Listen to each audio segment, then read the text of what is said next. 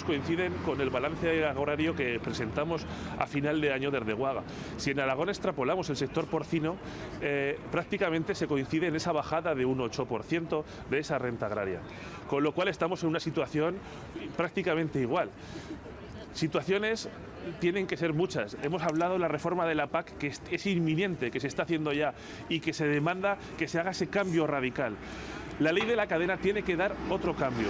Nosotros entendemos que vivimos en una sociedad libre y de mercado, pero igual que con el sector hipotecario los abusos se regularon, entendemos que en el sector primario, que todavía es más importante, esos abusos se deben regular.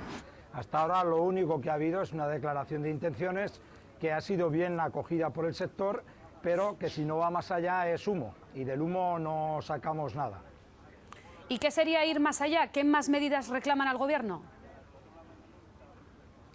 Bueno, por ejemplo, la ley que ha salido de la cadena, decimos nosotros que está muy bien, que decididamente el Gobierno diga que no se puede vender por debajo de costos de producción, pero tiene que la figura de árbitro, del árbitro de la propia Administración, tiene que estar encima de la mesa. ¿Qué quiere decir?